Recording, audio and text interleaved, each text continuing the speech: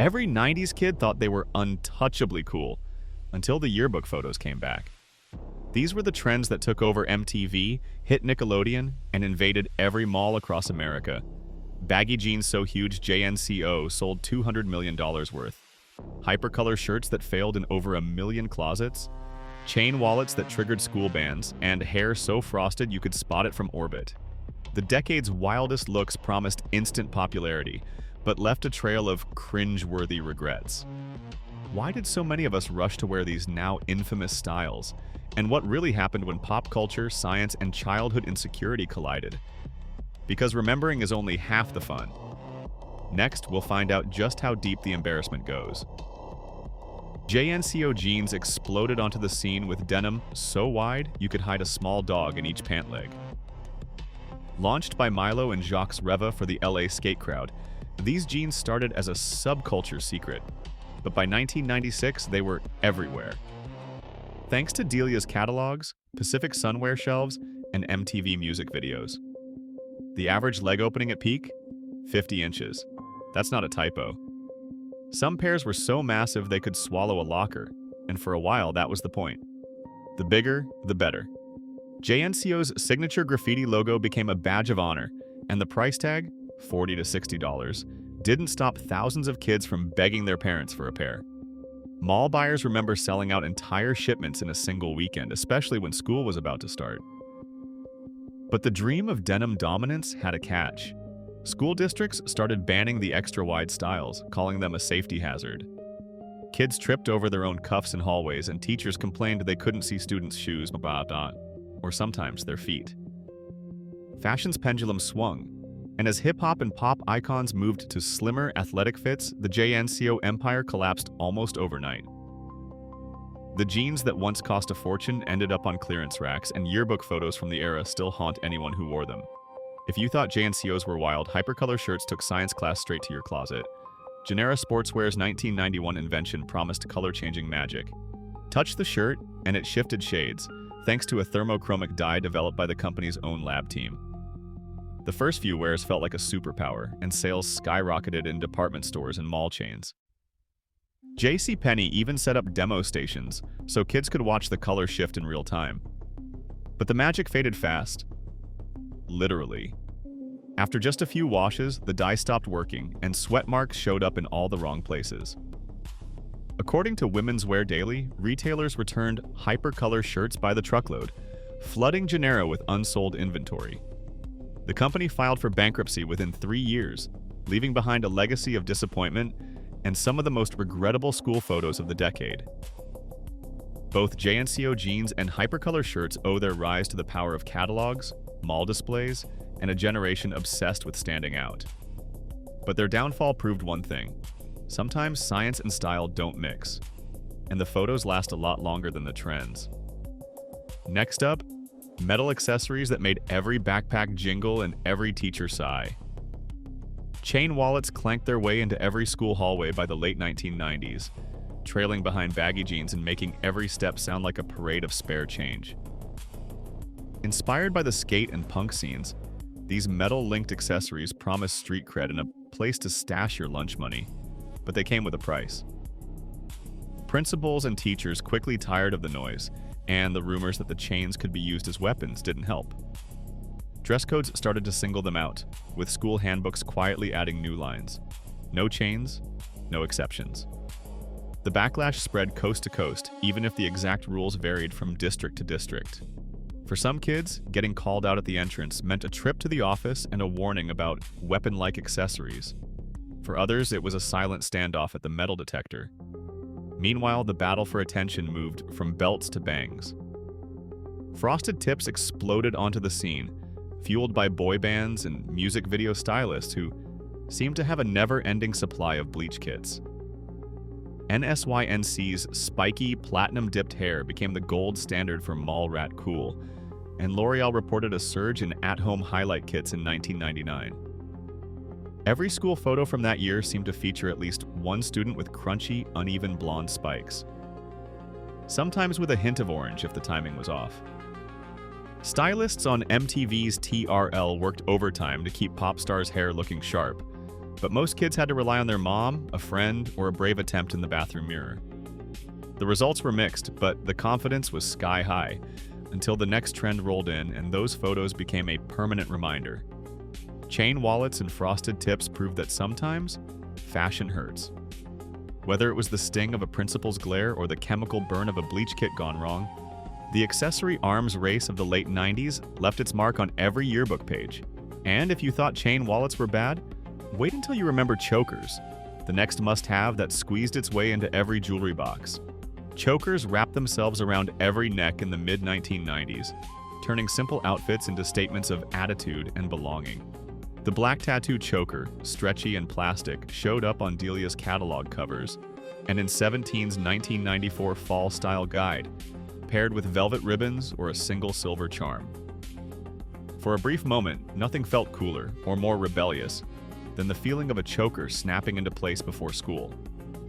Stylists for teen magazines called them the ultimate DIY accessory, with entire pages devoted to braiding, knotting, or even gluing on beads for extra flair.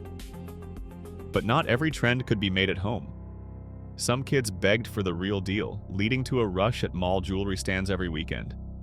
If chokers were about subtle edge, starter jackets were pure status. These shiny, oversized team coats, splashed with NFL or NBA logos, became the most wanted item in every hallway by winter 1994. According to a Sports Licensing Journal report, some retailers lost up to 30% of their starter stock to theft that year, as jackets became so desirable they were targeted by muggers outside schools and rec centers. Magazine editors and licensing chiefs scrambled to meet demand, but shortages only made the jackets more valuable. Owning one meant instant cool if you could keep it. Stories of kids getting their jackets stolen made national headlines, and some schools even banned them on safety grounds. For every yearbook photo featuring a proud starter jacket or a choker-clad grin, there's a memory of the risks that came with these badges of 90s belonging. Neon windbreakers turned every school hallway into a light show, with color-blocked panels that looked straight out of a 1993 Sears catalog. These jackets weren't just bright, they were blinding. Fuchsia, lime green, electric blue, and orange all collided in one garment, stitched together with shiny, swooshing fabric that announced your arrival before you rounded the corner. Retail buyers at Sears and JCPenney placed bulk orders for these windbreakers, betting that every kid would want to look like they'd just jogged off an MTV set. The gamble paid off, at least for a while. For less than $20, you could join the neon parade, and the jackets flew off racks every time a new shipment landed before back-to-school season. But sensory overload set in fast. The constant rustle of nylon and the glare of mismatched colors started to wear thin, especially when entire friend groups showed up in clashing windbreakers that looked more like traffic cones than fashion statements. Mall teens remember the jackets as both a status symbol and a punchline. One minute you were on trend, the next you were hiding from the camera at family gatherings. Not to be outdone, mood rings made their comeback at every mall kiosk, promising to reveal your emotional state with just a change of color. For $10, you could slip on a ring that claimed to read your feelings, but most kids just ended up staring at their fingers, wondering if blue meant bored or if green meant you were about to fail a math test. Delia's catalogs even included color charts, but the magic faded as quickly as the mood. By the end of the decade, both neon windbreakers and mood rings had been stuffed in the back of drawers, leaving behind only the memory of a time when color was king, and every accessory came with a gimmick. Slap bracelets snapped onto wrists with a satisfying crack, but by 1991, school nurses were treating more than just bruised egos. Chicago and New York City school boards logged dozens of injury reports, kids sliced by exposed metal when the fabric wore thin.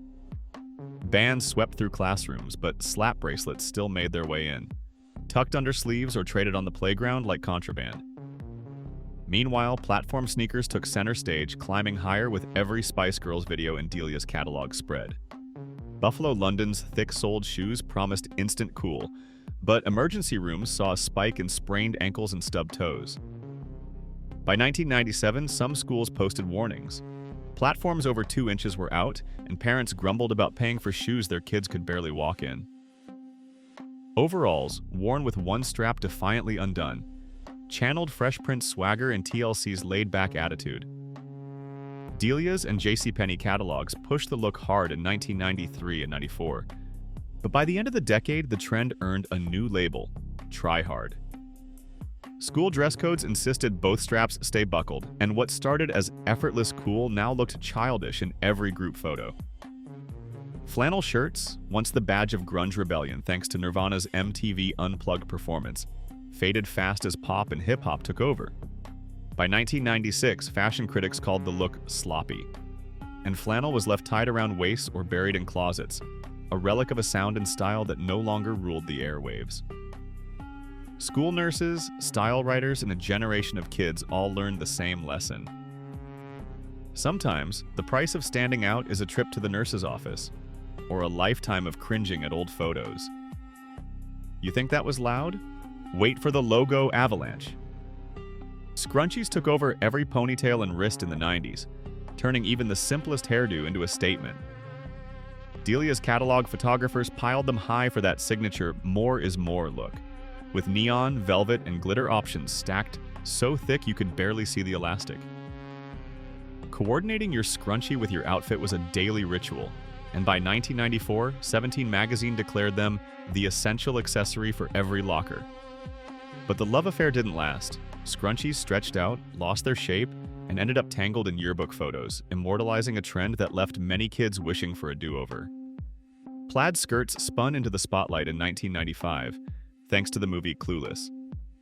Alicia Silverstone's Cher Horowitz made the yellow plaid mini the holy grail of back-to-school shopping. By fall, every mall catalog offered a Clueless collection, and even Disney started selling their own versions to cash in. 17's September 1996 issue featured a full spread on Preppy with an Edge, pairing plaid with knee-highs and chunky shoes. But the look faded fast.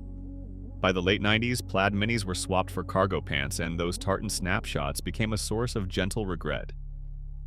Logo tees turned every kid into a walking billboard. GAP, Disney, and Looney Tunes shirts filled mall racks and classroom rows, with entire friend groups showing up in matching Lion King or Aladdin tops. GAP's block letter logo tee became so popular that the company reported a 40% sales jump in 1995, according to their annual report. Catalogs like Delia's and JCPenney devoted whole pages to branded tees, and some schools even organized Disney Day spirit events. The downside? Overexposure. By 1998, kids who once loved their matching tees tried to hide them in the back of the closet, and minimalist trends made the look feel instantly dated. Baggy tracksuits, usually in bold color blocks, were the uniform of choice for sports teams and wannabe athletes. Champion and Adidas sets dominated Delia's catalog covers and mall mannequin displays, promising comfort and cool in equal measure. But the reality was less glamorous. Those synthetic fabrics trapped heat, and the signature seatbelt squeak haunted every school bus ride. According to one Delia's staff photographer, the challenge was getting models to sit still without the pants making noise. By the early 2000s, tracksuits were replaced by sleeker athleisure, and the memory of matching, swishing outfits lives on in every awkward group photo. Brands in the 90s didn't just sell clothes, they sold identity. Every logo, every plaid skirt, and every squeaky tracksuit was a ticket to belonging, or at least to standing out in a crowded hallway. Like and subscribe if you ever wore these 90s disasters, and brace yourself. The boldest looks are still to come. By 1998, butterfly clips had turned teenage hair into a riot of color and plastic. Sitcoms like Sabrina the Teenage Witch and Boy Meets World set the pace, with characters stacking clips in zigzags and rainbow rows that looked more like art projects than hairstyles. Teen magazines called it the more is more era, and Delia's and YM filled pages with elaborate patterns that took longer to assemble than most algebra assignments. The clips themselves came in every imaginable color and glitter finish, and the louder the arrangement, the better. For a brief stretch, butterfly clips were the must-have accessory at every sleepover and school dance, even if most snapped in half by spring break. Every yearbook from the late 90s has at least one kid with a plastic menagerie perched above their ears. Bucket hats swept in next, offering a fix for bad hair days and a shortcut to cool. LL Cool J's Kangol-topped look dominated music videos, and soon, the floppy-brimmed hats appeared everywhere from Nickelodeon game shows to WB sitcoms. According to Kangol's own brand history, the hats took off just from being seen on TV, not from any official endorsement. Tommy Hilfiger and Delia's catalogs pushed bucket hats in every color, from denim to neon, promising instant attitude for anyone willing to pull one low. But the shape was divisive, flattening even the best blowout, and by decade's end, they'd become a punchline, with yearbook photos full of kids hiding under oversized brims. Leather jackets promised rebellion, but reality rarely matched the dream. TV costumers for teen sitcoms and the grunge wave on MTV made black leather look essential, but most jackets were stiff, squeaky, and a little too much for middle school. Kids who begged for one often found themselves sweating through assemblies or getting mistaken for extras in a biker movie. By 1999, leather jackets were pushed aside for lighter layers as the trend cooled. Denim on denim, dubbed the Canadian tuxedo, hit its peak with Levi's twin denim ads and relentless catalog spreads. Full outfits mixed jackets, vests, and jeans, sometimes topped with DIY patches. The look was everywhere, but by the early 2000s, those matchy-matchy photos became the stuff of memes. These were maximalism's last wild flourishes before fashion hit the brakes. In 1996, JNCO jeans reached 50-inch leg openings and $200 million in sales, while Delia's and Sears catalogs fueled a nationwide craze for everything oversized, neon, and branded. MTV clips, yearbook photos, and mall ads proved these trends were everywhere, no matter how much we cringe now. Yet questions remain. Why did millions of kids embrace such extreme looks, and what made these styles vanish almost overnight? While official figures on Hypercolor shirt returns or chain wallet bans are still debated, the evidence is clear. Pop culture, catalogs, and retail giants shaped what kids wore, and school bans only fueled the hype. Today's fashion cycles on TikTok echo the same fast, sometimes embarrassing turnover. The trends we regret defined a generation's identity and left a trail of unforgettable photos. In the end, these weren't just clothes. They were a snapshot of growing up in the 90s, captured in every mall portrait and music video.